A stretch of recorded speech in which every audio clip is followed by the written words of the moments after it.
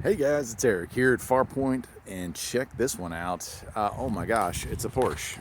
It's a convertible Porsche. Probably the nicest car I'll come across here, and of course it's going to be picked over, I'm sure. Vehicle emission control information in the trunk. I've never actually messed with one of these things, but I don't know. Yeah, it's already been picked over somewhat, but let's take a look and see what's left of it. I'm sure it's pretty cool. This one, wow. Yeah, the inside is pretty well done for. That's a tight car too.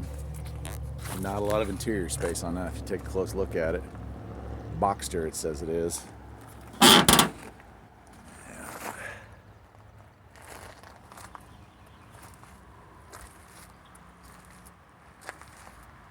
The front of this car doesn't look all that dissimilar from normal cars, I should say. Check it out. So we are looking at a rear engine car or mid-engine car, because I can see in there, that's just the trunk. We do have cooling that comes up because there's a radiator there, so it must travel along the back here. I don't know if we can even get a peek of it. Yeah, there it is. So our engine is tucked in back here.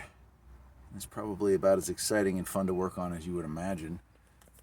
Disc over drum brakes in the rear, so a lot of conventional, rear suspensions, just struts.